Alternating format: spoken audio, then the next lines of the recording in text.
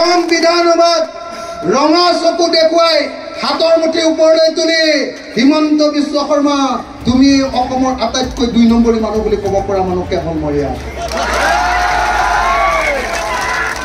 নিশ্চয় আপোনালোকে জানে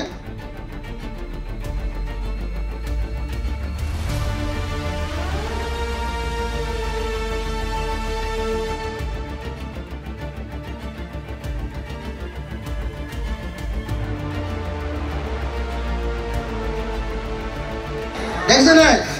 বিধানসভা চাইনে নাচাই মোৰ এই দমদাৰ কথাবিলাক চাইনে নাচাই আপোনালোকৰ আগত যে দমত কথা কওঁ এনেকুৱা নহয় হিমন্ত কেনেকে এনেকে ঘূৰাই থাকো বুঝা না এনেকে এনেকে ঘূৰাই থাকো বুঝছেনে নাই হা ইয়াতো চব টিভি আছে চবৰ সন্মুখতে কৈ আছো হিমন্তও দেখিব হিমন্ত বিশ্ব শৰ্মাইও দেখিব দেখিব না হিমন্ত কেনেকে এনেকে ঘূৰাই থাকো বুজিছে নাই বুজিছে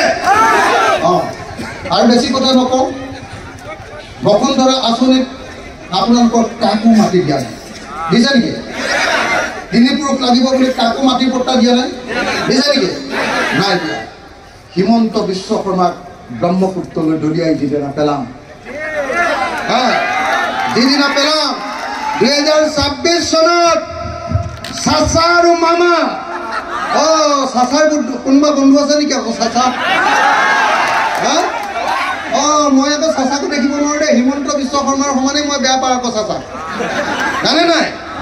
এজন হ'ল হিন্দু সম্প্ৰদায় আৰু আনজন হ'ল মুছলমান সম্প্ৰদায় যেতিয়া মামাৰ অৱস্থা বেয়া হয় চাচাই নামনি অসমত কৈ দিয়ে এইবাৰ লুঙি টুপিৰ চৰকাৰ হ'ব কৈ দিয়ে নে নাই লগে লগে উজনি অসমৰ অসমীয়া বাকী মানুহবিলাকে ভাবে মুছলমানে দিশপুৰ দখল কৰিলে হয় নহয় এই আমি চবে লগ লাগি বিজেপিকে ভোট মাৰিব হয় নহয় এইটোৱে হ'ল চাচা আৰু মামাৰ অংক যদি এইটো নাইকিয়া কৰিব লাগে এই দুইজনকে ব্ৰহ্মপুত্ৰলৈ কাম কৰিব লাগিবনে নাই মই এতিয়া সকলোকে থিয় হৈ এটা শ্লোগান দিবলৈ অনুৰোধ কৰিম সকলো থিয় হ'ব দেই কোনেও ইফাল সিফাল নকৰিব সকলোৱে থিয় হ'ব বহল হৈ দিয়ক বঢ়িয়াকে সকলোৱে একদম অলপ পিছলৈ যাওক এইফালে থাকিলে টিভিত নাহিব ইফালে যাওক এইফালে অকণমান এইফালে গৈ দিয়ক এইফালে থাকিলে নাহিব নহয় ইফালে গৈ দিয়ক অলপ পিছুৱাই দিয়ক ভালকে কোনো নাযাবগে প্লিজ দুইখনত আৰু ইমান চিঞৰটো কম হ'লে ক'ত ডিস্কত শুনিবগে